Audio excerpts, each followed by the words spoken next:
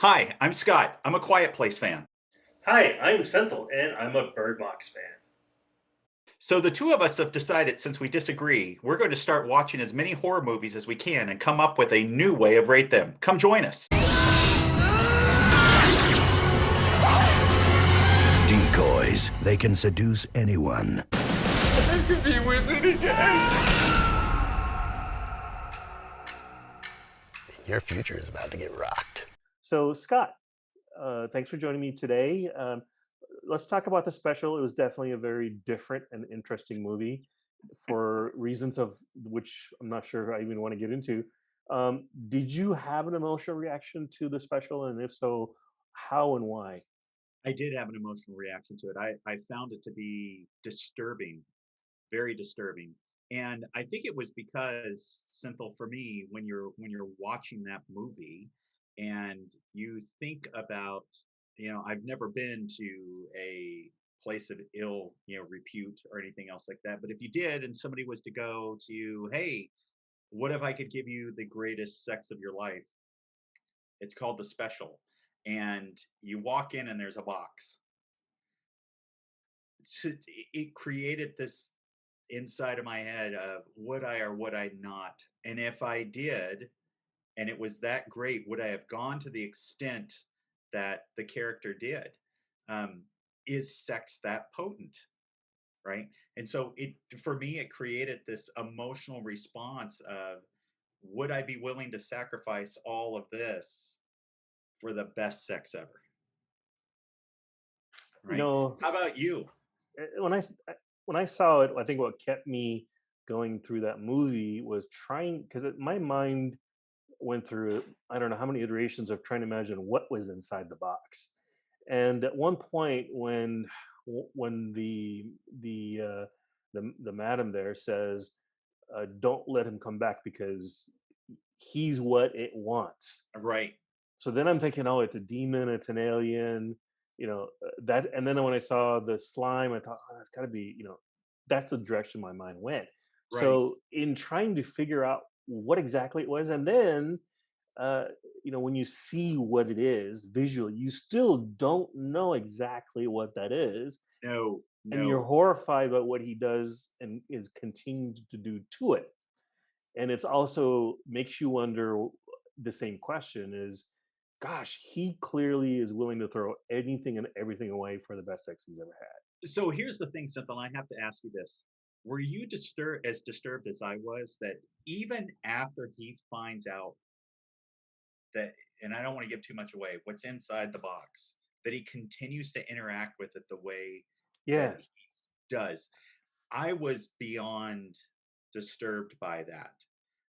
And I can't tell you why. I don't know why I was disturbed. It was a goofy, it's kind of a goofy thing, but I was really disturbed by the fact that after he realized what was there, he continued to interact with this thing.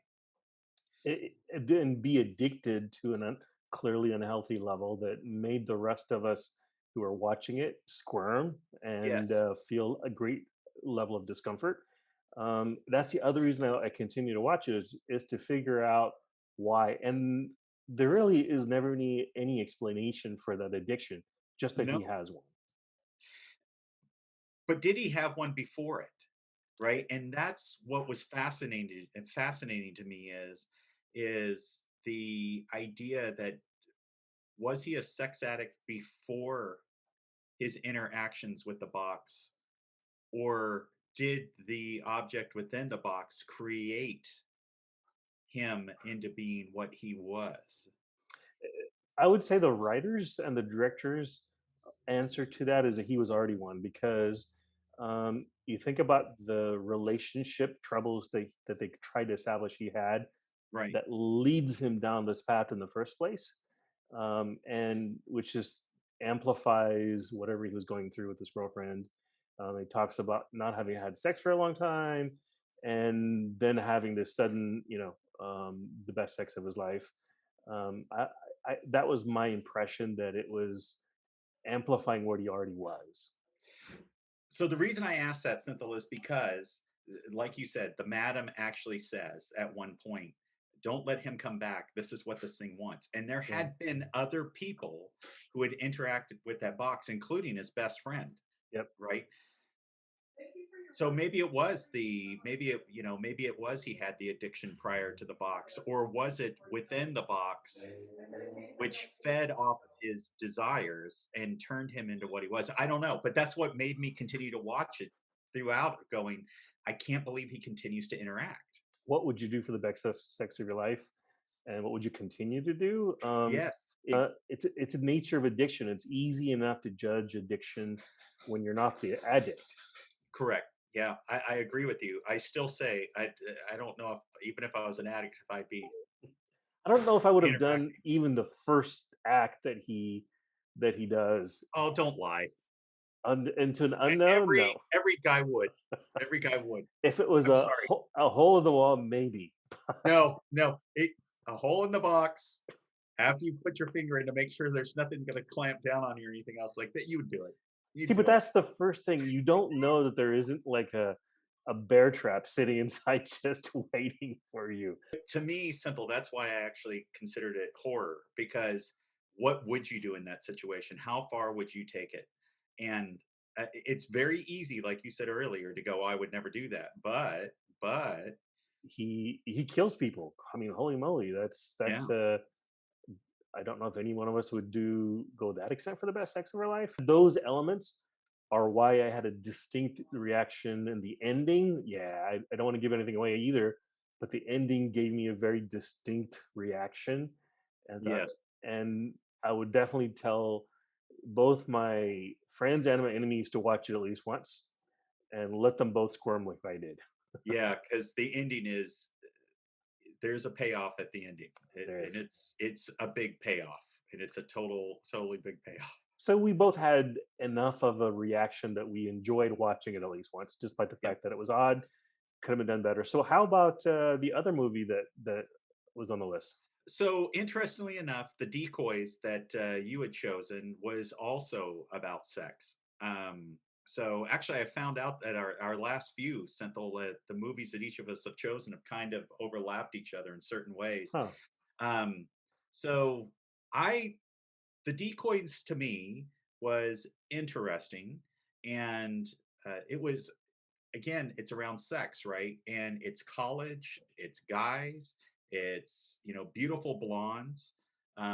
It's that silicon Barbie kind of, that's the what every guy dreams about. I don't care, every guy back in college was like, the beautiful tall sorority blonde, or the Mhm. redhead, right? The sorority girl, that's the dream in college. And to me, just like the special, I thought the reason that this worked was because it's playing up on that, right? So what are you willing to sacrifice to be with that person? And in the decoys, even after a character figures out, still moves and goes forward with having sex, right? So again, Senthil, to me, it's playing off of those fears of. Did you ever see Hard Candy?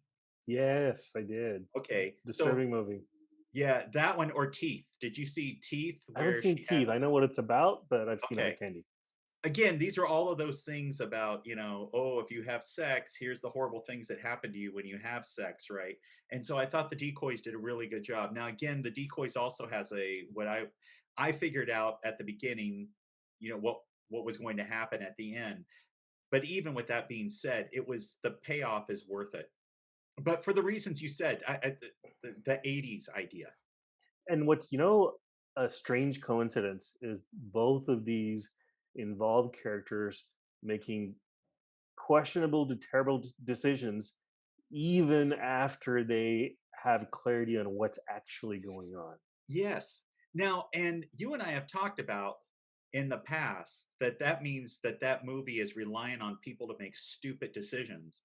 But in these two films, I almost felt like that was reality. If you're a sex addict, like we were talking about in the special, if you're a sex addict, how far would you go to continuously have that high? Like somebody who's a crack addict or a meth, addict, it's sex is a high. So how far would you be willing to go in the Decoys in order to have the hot blonde that you've always dreamed of, right? As a college kid, even if you knew the payoff could be, and I'm not going to give it away, but you know what could possibly happen, you still go forward with it. And the reason I thought that worked, Synthel, is how many times a day do you do dumbass things knowing you shouldn't have done it in the first place? I can think of lots and lots of scenarios, from the simple to from overeating to, you name it, caffeine. Yeah. Yeah.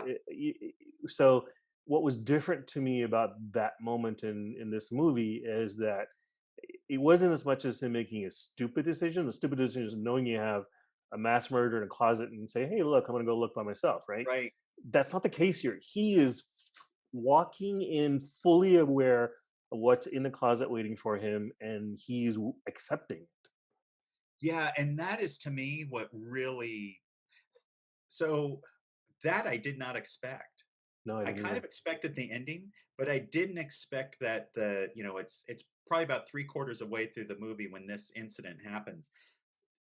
Didn't expect that at all. I didn't. Um, and again, I just come back to how far are you willing to go? And I think that's what kind of makes it scary, right? Was that Yeah.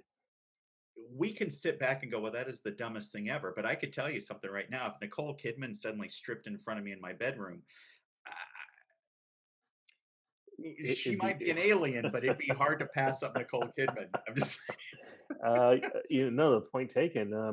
Did you figure out what was going to happen in the ending by clues, or just because you're a cynic and you thought there's no way this is too good to be true?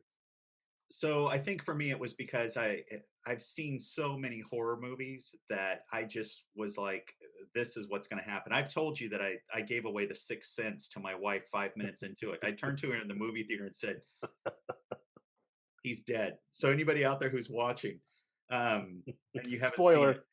yeah, spoiler alert. Uh, and Tracy was going to kill me. She was like, I can't believe he said that. Um, I've gotten to a point now with movies, I can kind of see where the twist is. It's rare to get a movie that twists on me. But again, just because I kind of saw it didn't mean that I didn't enjoy the way that it ended. I actually like simple what you said earlier was it had an 80s kind of vibe like Slither, Hmm. those 80s college horror films that you watched and it was all really fun and they're at the dance to start and then all hell Yeah. breaks loose throughout the rest of the movie. I will tell you right now what turned me off. So if I had to watch the special again or the Decoys, it would be the special. And the reason was in the Decoys, there is a scene in the ambulance. It's the worst music of all time, and I'm just sitting there watching it going, I can't believe they actually, this is so dumb. But, you know, fast forward back by that, everybody. You'll know when it starts because it is the stupidest bro song ever. Just fast forward. Just, There were some pacing problems in that movie that made me want to fast forward, and I did. There were a yeah. couple of moments when I fast forwarded it, but overall, yeah, I liked it. Do you, when you watch a movie, whether it's horror or not, do you intentionally, or is it automatic that you're looking at it analytically versus just going along with the story? Oh, I have a horrible way of looking at things analytically now. And I think it's because of my tech background and everything else like that. I tend to start trying to pull the movie apart and trying to figure it out before it happens. It's a spoiler a lot of the times for horror movies, and I think also for me it takes away some of um, the fear factor of it, right? Oh. So I think one of the things with horror is if you're really going to enjoy a horror movie, is I think you got to shut the lights off. Hmm. You got to be in a place that's quiet, nothing else is happening around you, and you have to be fully invested at that time in that movie in order to make it work. Because I've seen some really good movies that I think that if I'd gone back and watched them again in those situations, Simple, I probably would have really enjoyed those movies. But I think horror is something that you have to be totally. It's not like in an Avengers where you can kind of step away and go make a cup of tea and come back and they're still talking about Yeah. stones. Horror is a buildup, and if you break that buildup, if you step away and you go, I'm going to go to the bathroom, then you've given your brain the opportunity to step out of that situation, and you're no longer in that mode of, is there somebody sneaking up behind me? And speaking of that, Senthil, for this next round next week, um, I'm assigning you Lake Mungo. Okay. It's an older film. I had not seen it until last night after a couple of friends of mine on Twitter suggested watching it. It was one of those movies that I was alone and there was nobody else. I had the lights were all off, and I'm going to tell you, it freaked me out. It freaked me out.